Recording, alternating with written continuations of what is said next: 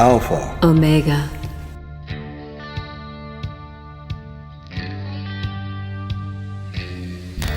We want to talk to you a little bit more about the ritual that we've been doing in the morning, the opening of the Treasury of Light. We've already talked about the Bruce Codex. Yes, at length. You know, and we've talked a little bit about the ritual, that it comes from the Bruce Codex, found in 1769 in Egypt, that was recovered, and it purports to contain the secret magic that Jesus of Nazareth taught to his disciples.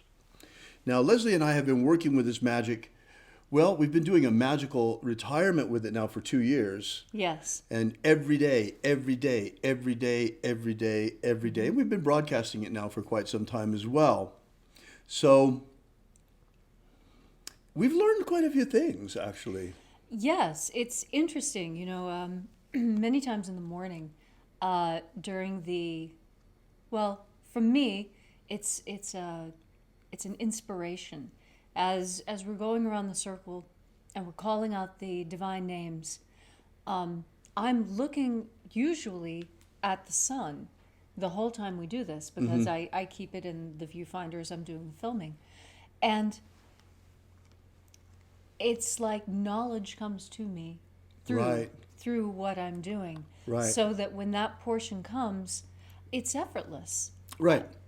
It's just like knowledge flows, because Yes. it's part of the God force energy. Yes. The light actually transmits knowledge. Yes, it does. Yes, it does. And it's a very interesting sensation when that happens. It's warm and fuzzy, and, you know, it really reminds me a lot of how I used to feel when I first started doing witchcraft. Right. You know, I attended my first public witchcraft ritual in 1991. It was Halloween of October 1991. And I had been a solitary practitioner to that point. And I was invited by they didn't call themselves a coven, but I later came to find out that they actually were. Oh. It was a women's studies group. Oh, I see.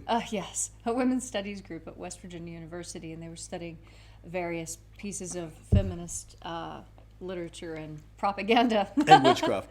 And witchcraft was right in there with the mix, because it was seen to be very empowering. And in fact, it was, for me, being surrounded by these, in the process of being college-educated women, and learning to move energy in a way different than I had as a solitary practitioner. Right. It very much awakened a lot of new sensations, and I felt a lot of the same inspirations happening too. It's just that the energies feel different. You know, Right. that's lunar energy, and lunar energy has a particularly cool and liquid quality to it, whereas I find sunlight to be more, you know, warm and prickly. Right. Right. So, you know, we're really working with the Bruce Codex, and we're working with all the sacraments. And it's really been a bit perplexing to us, because how do you explain this to others? Right. I mean, what people don't understand what pigeonhole to put us in. Right, because, I mean, look at me. I'm a witch queen, and Right. I'm doing the magic of Jesus of Nazareth. I know. That seems to be very, Contradictory. and yet it is not. It is not. the- Neither from neither from a pagan perspective, nor from the perspective of the Bruce Codex and those early Christians who practiced it. Right. They had absolutely no problem with the pagans of the time becoming a part of their practice. That's right. And In fact, they recruited from them in Egypt. this is what I find so fascinating about it, is that it's the magic. And if it wasn't for the magic, I wouldn't be interested.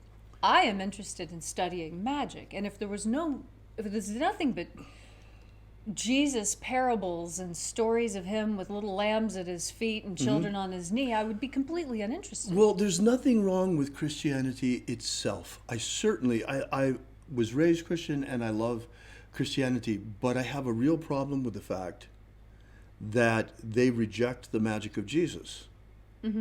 That, for me, is a huge problem, because Jesus was the greatest magician who ever lived, And mainstream Christianity, having grown out of Roman Catholicism, came from the school that magic is evil, taking a couple of passages from Isaiah out of context. Right. So, yes, magic was demonized at about the 3rd century, about the same time that Constantine became the emperor and Christianity became the official imperial religion. Yes. So, basically, magic was cast out of Christianity. The magic of Jesus became the prodigal son of his own religion. And the secret teachings of Jesus, for all practices and purposes, were lost. Yes. His secret teachings to his disciples. Now, there are many Christians who say, it says here that everything is included here in the Bible. Well, which Bible? Right. You see, the Council of Nicaea decided to exclude a whole bunch of books. They're no longer part of the canonical Bible. And at about the same time, they prohibited the magic of Jesus. If it weren't for some of the early Christians in Egypt who spoke Coptic, who, when the bishops came from Rome and were trying to destroy all of the books, sacred books and remnants of the magical practices of the different Christian groups there in Egypt, they hid them from the Roman bishops. They buried them in the sand. And that's why we have them today. Thank God. Yes, literally. Literally, because if they hadn't done that, we would not have any trace that the magic of Jesus ever existed. Imagine. The most powerful magic on earth for exorcising demons, and it would be lost to us. The most incredible healing magic, and it would be lost to us. The baptisms, the most incredible awakening initiatic rituals you can imagine. I mean, John the Baptist said it himself. I baptize you with water, but one greater than me will come after me, and he will baptize you with fire and with the Holy Spirit. We have these baptism, folks. They've been back since 1769. It's just that it's not known. That's why Leslie and I are doing everything we can to make sure that you understand what's going on, what's back, what's really happening here, because it's a big deal. It is a big deal. It's every bit as big a deal as when the ancient pagan practices were brought back and revivified. You see, Indeed. Wicca is an impulse that it takes a lot of anthropological data and tries to crunch it into one place. Now, when I say that, what I mean is that witchcraft, as I have come to understand it, is the Western European shamanic system. Oh, wow. Okay? Now, Western Europe had its own system of shamanism, just like the Siberians, just like the South Americans, just like the Africans, just like the Asians. We had our own gig, right? And when Christianity came through, it obliterated most of that. This is the problem I've always had with Christianity. Not only did it seek to destroy magic within itself, it sought to destroy magic everywhere. Wow. And as an avid practitioner of magic, I found it very, very, very difficult at first. Indeed, practices that had always been legal in the empire were suddenly prohibited after the reign of Constantine, after Julian, basically. Yes. Julian had attempted to revivify the ancient pagan ways. He was immediately after he tried to return Yes. to the pagan ways. Right. There have been numerous Julians, but the one that specifically I'm talking about came after them. Right, just after. Okay. And he tried to revivify things, but it had already gone too far. They had already had a successful campaign explaining to people that witchcraft and paganism were of the devil. And this is how you fell into the So, along with this monolithic Christianity that came out of Rome and comes right down to the Vatican of Rome today, we see that it was a very, very particular flavor and brand of Christianity that has colored Christianity in all of its aspects today. Yes. In all of its different denominations and flavors. There's some differences, but I mean, and so how do we reconcile that with these very, very early teachings of the magic of Jesus that have been rejected for 2 millennia? Are we going to pour this new wine into those old wineskins? No, This those is what- wineskins are smelly and old. This is what Jesus said. moldy. You pour new wine into old wineskins.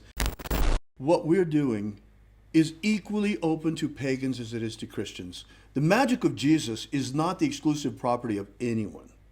It is our heritage here in the West. And all the Christians who are ready to embrace it, welcome. All of the pagans who are ready to embrace it, welcome. It's here. It's technology. It's spiritual technology. We're bringing it out for you in a non-sectarian manner. I mean, come on. I'm married to a witch queen. You know, it's like, how can we make the message clearer? I don't see how we possibly could. But it's time to quit disparaging each other and start looking at what's going on. I mean, and if I have anything to reproach Christianity about, it's the rejection of the magic of Jesus of so many people. It's unbelievable. Okay, there are some things to reproach. I do reproach definitely what's going on in the Vatican with that communist pope today and all of these pedophile priests. That is Satanism that has invaded Christianity. And it's not just there. I mean, look at some of these televangelists. My goodness, I mean, some of these guys, I'm not mentioning any names, but there are guys that you can see the demon shining through their eyes. Yes, you can. So it's not Christians, though. These are people that are exploiting Christians and manipulating you. That's not what we want to do. We want to empower you. We want to share with you the ancient magical tradition of Jesus Christ. And that's open to everyone. Jesus didn't preach just to Christians. No, he didn't. And his message wasn't just for the Jews either. No, it wasn't.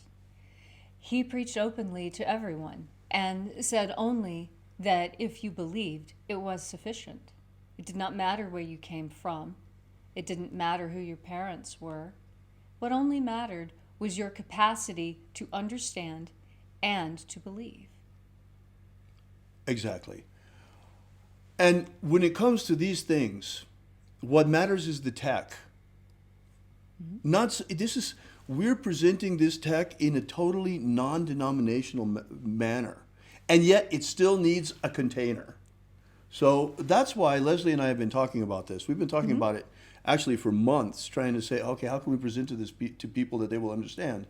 Because it is Christian. Yes. But it's not at all what people understand as Christian today. And this is why we bring up neo-paganism, because the paganism practiced today is absolutely not the paganism of our ancestors. Indeed. It is new. It is based on the old, but it is a new formulation of Right. the ancient knowledge. And that's why we call ourselves neo-pagans. This idea caught on, and we went into neo-shamanism. And in fact, I think this impetus really comes from anthropology. Right. Because in the 70s, as we were coming out of the functionalist school of anthropology, where you study things and the reason why Hindus don't eat cows is because you get more value from a cow if you don't eat it. And so in a poor nation, that makes sense. You create a mythology around it to enforce it to the children. Right. So this is how functional anthropology solves questions. Now, there was an impetus to look at new anthropology, and new anthropology was specifically not functional. It looked at things in more sociological and psychological terms. Interesting.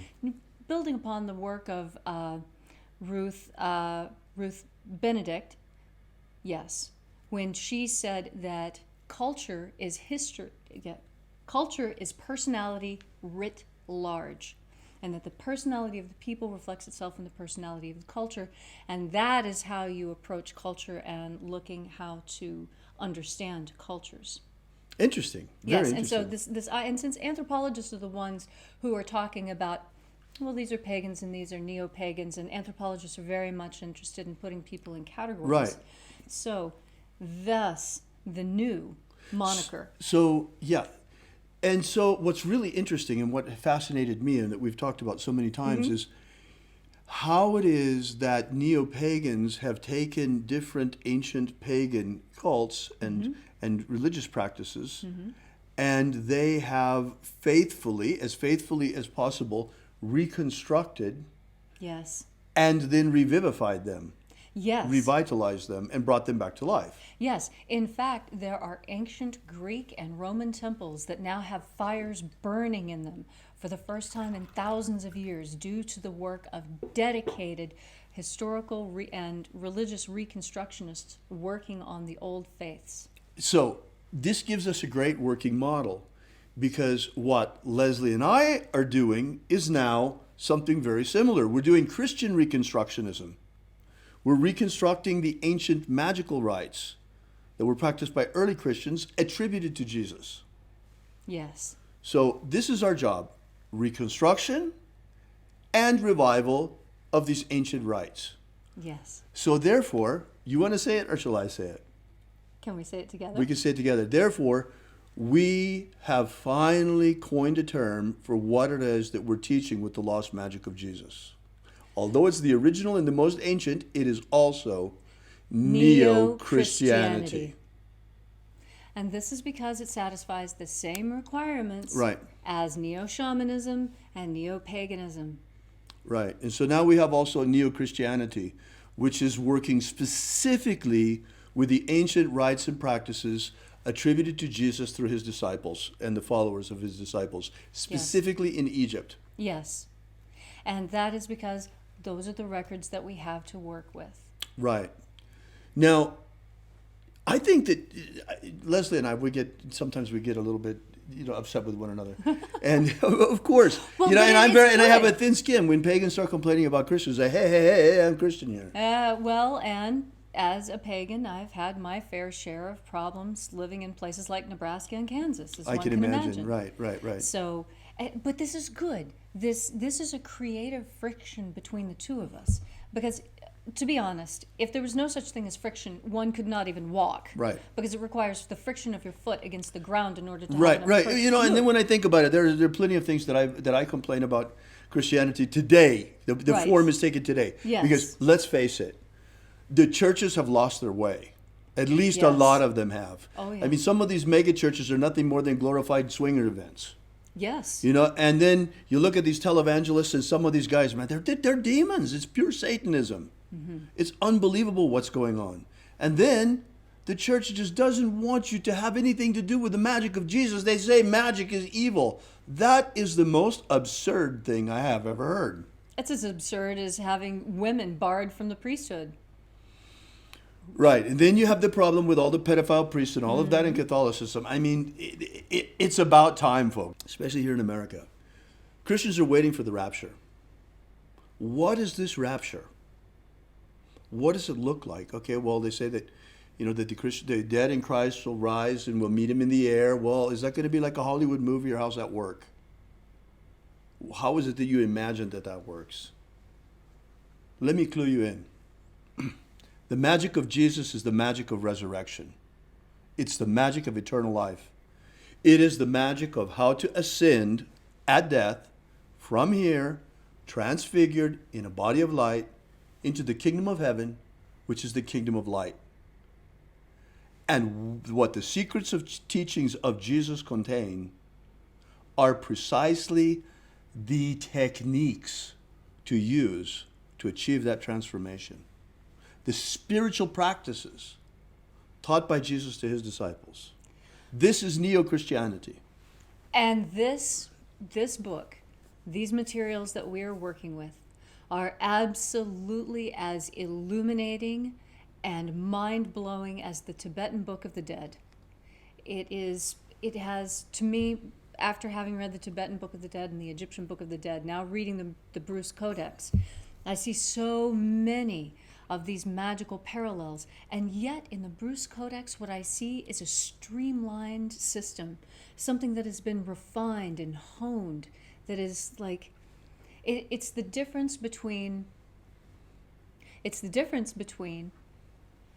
a system that is, it has the cleanliness and precision of science, whereas these other traditions, they seem very weighted down by their decorations, by their Right. cultural accoutrements. that do nothing more than provide cultural window dressing to make whatever's going to happen next a little bit more palatable. Right. That's absolutely stripped from the magic of Jesus. It's almost as if he was saying, if you can't handle the magic, then you can't handle me.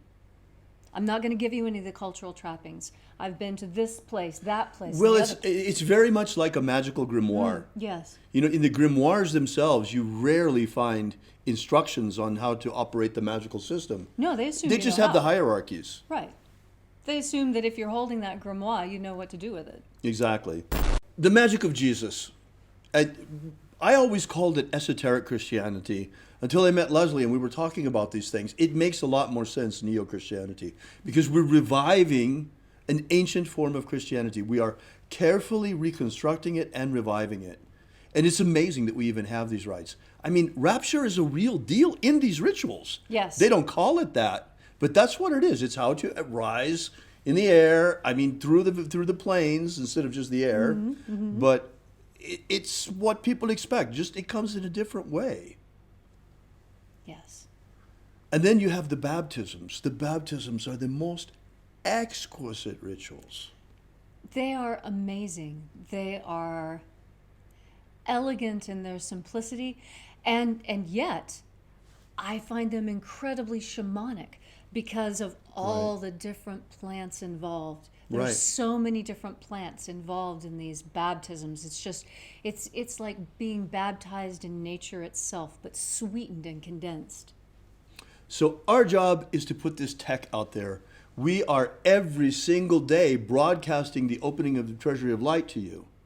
And we will be putting out the other rites and rituals from the Bruce Codex in due time. We're working on that. And we'll get this all out to you. And that's why we wanted to do this special session today, because we're actually this time not in front of live webinar. Some people stayed afterward, but we wanted to be... Live studio audience. We still have a live studio audience.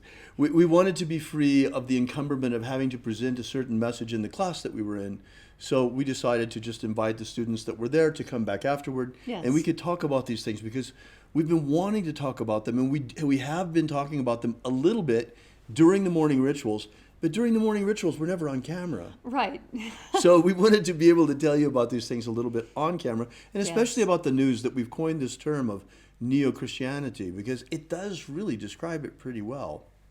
Yes, and I really don't think that, as I think about how neo-shamans and shamans interact when they find each other at the same anthropological conference, I'm sure that the interaction will be roughly similar between Christians and neo-Christians. We shall see, but certainly the magic of Jesus is carving out its place in the Christian scene.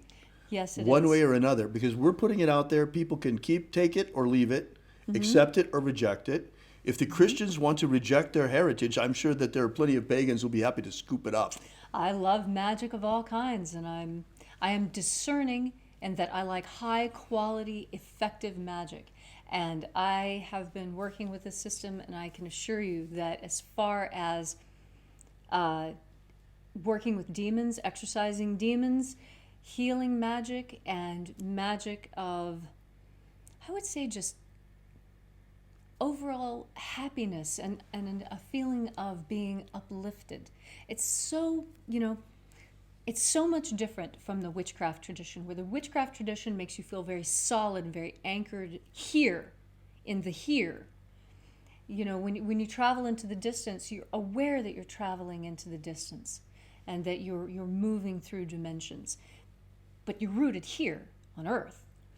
The Bruce Codex and the work that I'm doing with the magic of Jesus of Nazareth, this is, it has an elevating quality to it that does not dissipate when the ritual is over. Just like the earthy feeling from the pagan rituals never dissipated. But this is of a higher, more refined quality. And when you're just interested in day-to-day life and spiritual elevation is not anything that's important to you, and you are comfortable in the idea that upon death you become compost and everything is recycled. I mean, if you're comfortable with that, then witchcraft is a great place for you to be. Summerland is the closest thing that witches have to a heaven. And it's something that is pretty much just like life here, except you never get dirty and you never get tired and you never get hungry. But this magic is different. This magic is elevating to a different dimension, keeping a lot of the feeling and of happiness and contentment that is found in those loftier realms, but bringing that back down into earth. And it's because of the God force contact, Yes. the God force energy. You know, and that's what's really interesting because, you know, once you discover the God force and understand what it is, you realize that what Jesus was talking about when he was talking about abundant life was the God force. When he talked about rivers of life, he was talking about the God force. Yes. When he talked about Holy Spirit, he was talking about the God force. Yes. It's this incredible vital life energy that's everywhere, all around it, and all you have to do is tap into it, and our culture could give two whits about it. right. It's really quite sad. It's really quite sad. And it's very important that this knowledge come out again, and that's what we're here for, and that's what we're doing, and that's the work of the Alpha Omega. I want to mention one more thing about this rapture business. You know, there's another thing that theologians here in America have been debating about, because there are some that say that the rapture is going to happen before the tribulation, and others say that no, Jesus is coming again after the tribulation. He can't come before the tribulation because he's coming after. How do you do both before and after? Well, there's a simple answer to that. It's the first time, it's not the man who comes. Now, here we are, just before the tribulation, by the way. We're right here with the Antichrist 666 social justice credit score system Right. ruling everything in China already and getting ready to be imposed worldwide by big tech. So this is just around the corner. And right on time, what shows up? Not Jesus himself, just his magic. This is, folks, in fact, the second coming of the magic of Jesus. That's how big a deal this is. Yes. And so we're going to put it out there. It's there for all who want it. Prophecy says only 144,000 will embrace it. We shall see if that's the truth, if that happens as well. You know, we talk about the secret teachings of Jesus to his disciples. There's an important difference in neo-Christianity to Christianity about this point, because Christianity says that all of the disciples were men. Neo-Christianity does not say that at all. No. You want to tell them, Leslie, or shall I? In the Bruce Codex, you have actually, if not the primary, one, in many instances she's the the primary. primary. In many instances, the primary disciple of Jesus was none other than guess who? Mary Magdalene. Of course. She was his favorite. Of course she was his favorite. Right. She was his closest disciple. So don't think that the magic of Jesus is only for men. Don't think that the secret teachings of Jesus to his disciples are only for men. No, women were there with men on an equal basis, in fact, elevated because he loved her so much. Yes. She was the most beloved of the master. Yes, and she received the majority of the teachings, and the deepest of the teachings, and the most thorough education. So yeah, it's very important, I think, for the women out there to hear this and understand this. And that's why your role in this is also extremely important. I mean, from the very beginning, from the very, very beginning of bringing this magic back to life, it has not been me alone, a man, but it has been a man and a woman Working together as Alpha and Omega. doing a lot of research, comparing a lot of notes, having a lot of conversations about what it is that I'm finding as I'm researching, what it is we experience as we experiment, what he's finding in his research. It's really been a journey for me, because Jesus was always a very problematic figure for me when I was growing up. I was not raised with the teddy bear Jesus that everybody else seems to talk about. The Jesus that I was exposed to was exactly like my relatives. He was demanding, made unreasonable requests, seemed to enjoy putting me in difficult situations, and basically just told me to sit down, be quiet, and don't get anything dirty. Oh, wow. So it was very, when I first started reading the Bruce Codex materials, I would start reading and I'd get so excited and so interested in stuff, and this is how the magic works, and now we're moving through this treasury and that works great. And then all of a sudden I'd see Jesus, and it was like somebody popped my balloon. I could just feel my energy go, and I thought to myself, this is ridiculous. Why such a reaction? Why this horrible baggage from my childhood? There are a lot of Christians that or ex-Christians that feel that way. The churches have really emptied out, folks. I mean, things have been changing over the last 20 years, and there's a reason for that. Well, maybe that will change now. That's why the time has come for a renewal of Christianity, a true revival of the faith. And it's not just rehashing the same old thing over and over again. No, it's reformulating everything as neo-Christianity in a set of new wineskins, and pouring into these new wineskins this ancient wine directly from Jesus through his disciples. Yes, and this becomes inspiring to me again, because this was, people... Because it is inspiring. Well, and people have a nose for lies. Right. You just have a sense when you're being lied to. Exactly. And the honest truth was, I felt like I was being lied to when I was in church, and I felt like everything that they were saying about Jesus was lies. And when I started reading about the magic of Jesus, that's when I realized, hey, now this isn't a lie. This is real. This syncs up with what I've thought this guy was all about all along, which was not about being a prim and proper rabbi. It wasn't about being a perfect Egyptian priest with a shaved head or traveling around as a wandering monk. It was about teaching people to live their life better. And that's the heart of what magic is for. Now, I was really upset when I heard the Pope say that prayer isn't a magic wand. That's a lie. And I know a lie when I hear it. Exactly. That prayer is not a magic wand. Look, it is. Prayer is the most, for Christians, you have the most powerful tool of magic at your disposal. It is incredible how powerful prayer is, especially if you have faith in God. Prayer can make miracles, and this is the key. Prayer is faith-based magic.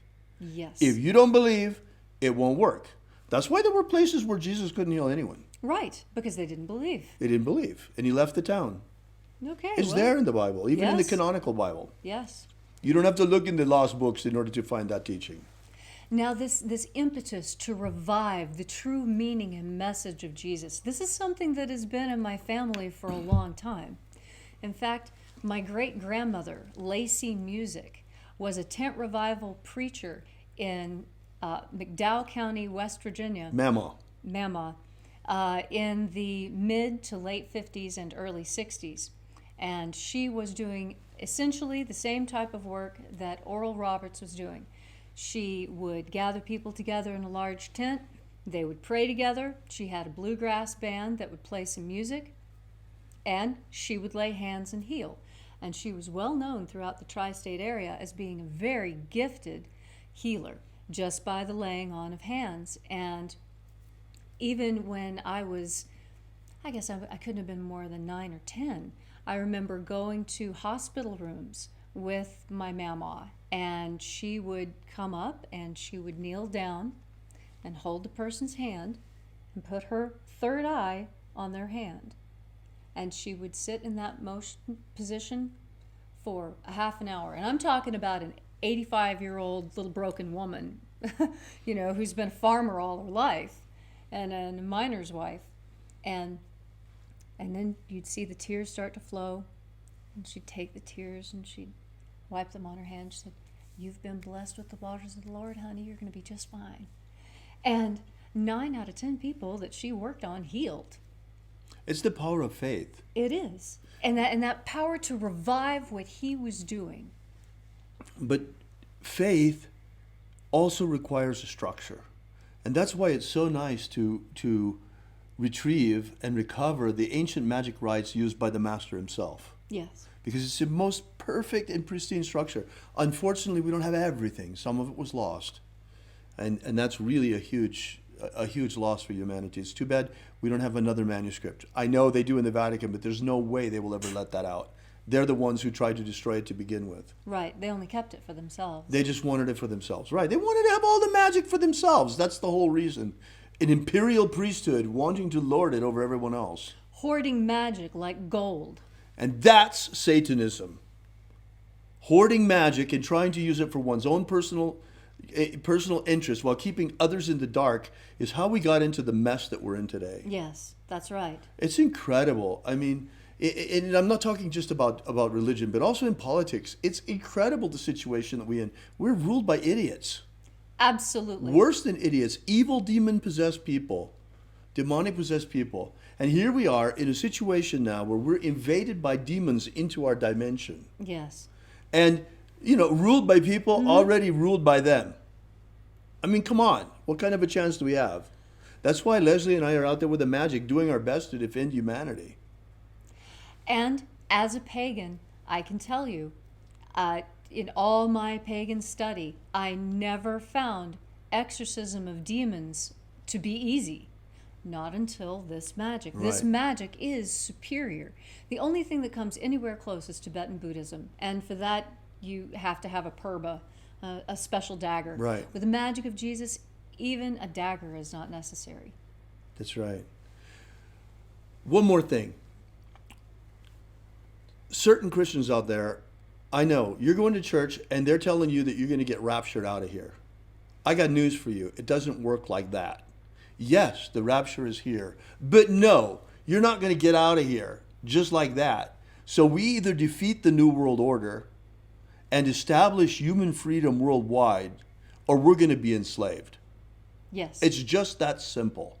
And there is no lifeboat that you're going to get to miss out on it, and that doesn't mean you don't have to take responsibility for your life and to stand with us and to fight for our human race.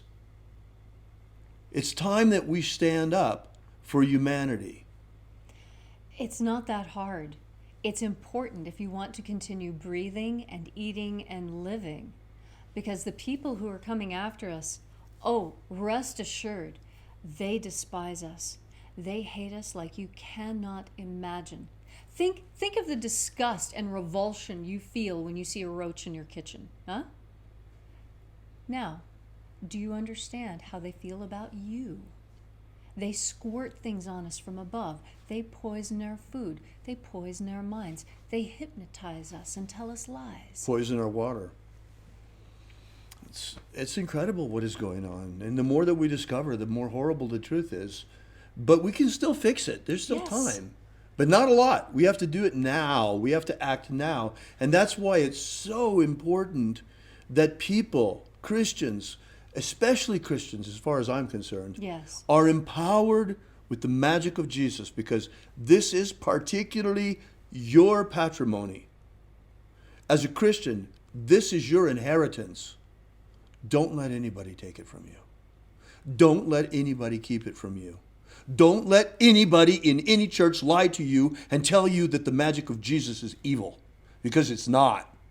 They are evil for having told you as much. Right. There are churches that are led by Satanists now. They've infiltrated all over the place. I've even attended church that was led by an atheist.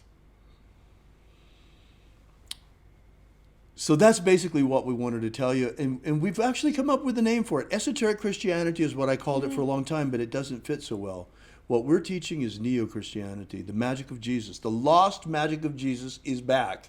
This is the second coming of the magic of Jesus.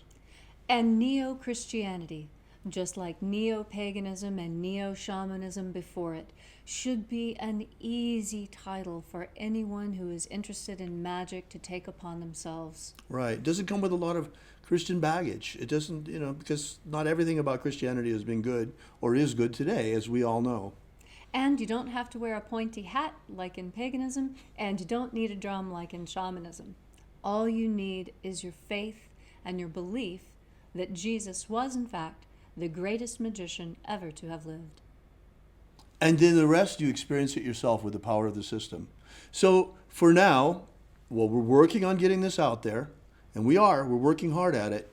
Keep coming to our rituals in the morning. We invite you every day to visit our ritual, or whenever you feel like dropping by. Ritual right now is around 7 a.m., just before 7 a.m. Pacific time. 6:54. 6:54 it was this morning. And then we rebroadcast throughout the day, every hour on the hour of the even hours. That would be 10, 12, 2, 4, etc. And you can find us on Facebook. You can find us on YouTube. You can find us on alphaomega.church. You can find us on golden-dawn.com. We are broadcasting in all of those places. One last thing before we go is I wanted to thank you Oh, because I've studied a lot of manuscripts, but I was unaware of the existence of the Bruce Codex. it was a well-guarded secret in esoteric circles for a long time, and academic circles, because they had no idea what they had their hands on. Oh, and once I saw it, I was 110% on board, and I really am tremendously grateful for the opportunity to work on this reconstruction project. It's incredibly important. It's I'm so fantastic. grateful that you're here helping. I mean, imagine, I have an archaeologist and an anthropologist to help me with this mission of reformulating Christianity into neo-Christianity by bringing back the lost magic of Jesus. I mean, I couldn't be more lucky in that sense. And it's amazing to me because I, who have been so interested in magic my entire life, I finally have an opportunity to study the magic that my mama was studying. It's a very long story as to how my family kept the two of us separated for so many years. But now I finally get that connection with her. Wonderful. And I'm it's so glad amazing. to hear it. Thank you. I'd like to also, before we close, I'd like to draw your attention to our website, alphaomega.church. I've been doing a lot of work over there for the last couple of days, and we're still in progress. It's going to take a couple more weeks probably, maybe a little longer. We'll see. But there's a lot of things going on over there. We even have a ministerial track for people looking for ordination Yes. or consecration into the episcopate. We have a whole lot of apostolic successions, and that's for people that want to go through the baptisms and all of that stuff too. But that's coming down the road. For now, we still have our free ebook that's already out there, Was Jesus Secretly a Magician? And you can find out more about us and about our church and about the work of this ministry at alphaomega.church. People have been sending us in prayer requests, and we decided to make that a little bit more organized. Yes. We're putting up a prayer wall on the alphaomega.church website.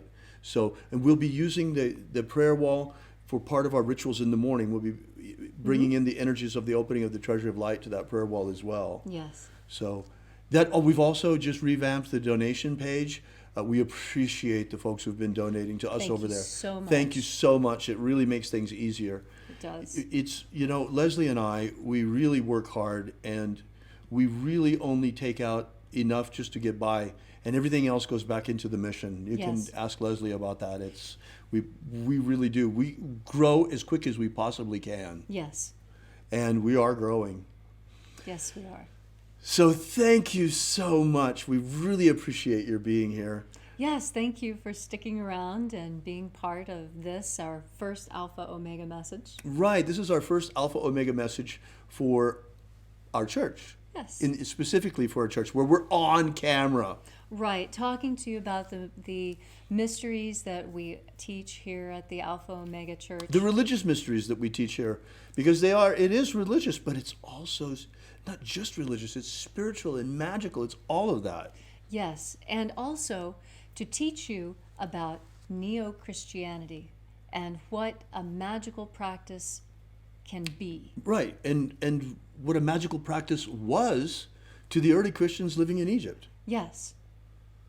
Yes. I mean, think about it. The baptism of water, as powerful as it is, John said, I'm not even worthy to untie his shoelaces. And he's coming with the baptism of fire and the baptism of the Holy Spirit, and you can have these baptisms. They're back. Yes. So thanks for coming out. And remember, have faith and expect a miracle. And until we have the pleasure of each other's company again, May your magics work better than expected. Bye-bye. Thank Bye. you. See you soon.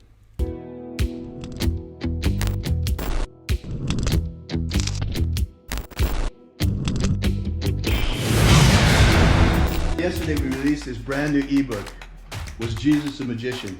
Give you the basic background of the rediscovery of the lost books of Yahweh, how it happened, why they were repressed, why it is that the magic of Jesus was nearly destroyed and wiped from the face of the earth, and the miracle by which it survived. How we only have one precious manuscript of this ancient knowledge, and that's truly all there is left. Well, maybe in the Vatican they have it, but they're not about to give us that to fill in the little gaps that we've found. So be sure to make sure you download this. You don't want to miss this. You can get it for free for now at thesecretsofjesus.com. Thesecretsofjesus.com. Are you familiar with the Rosicrucian with what's his name? He's popular in the States. He's the president or the Emperor. Imperator. the president Emperor. Imperator. from the Golden Dawn. What's his name? Oh, David Griffin holds this position as Emperor. Imperator. David Griffin. David Griffin. David Griffin. David Griffin. David Griffin. Have David Griffin. I saw an email yesterday that he sent out about, there's a magical war going on. The Mage War. Demons of the infernal realm. All of them. There is really a magical war going on. The Mage War. There is a guy called David Griffin who is heading all these magicians. David Griffin is S.L. McGregor Mather's present successor. David Griffin. David Griffin. David Griffin. David Griffin. I'm Golden Dawn Imperator David Griffin. David Griffin. David Griffin. David Griffin. David Griffin. Now David Griffin. There's a magical war going on. So there is really a magical war going on. Alpha Ωmega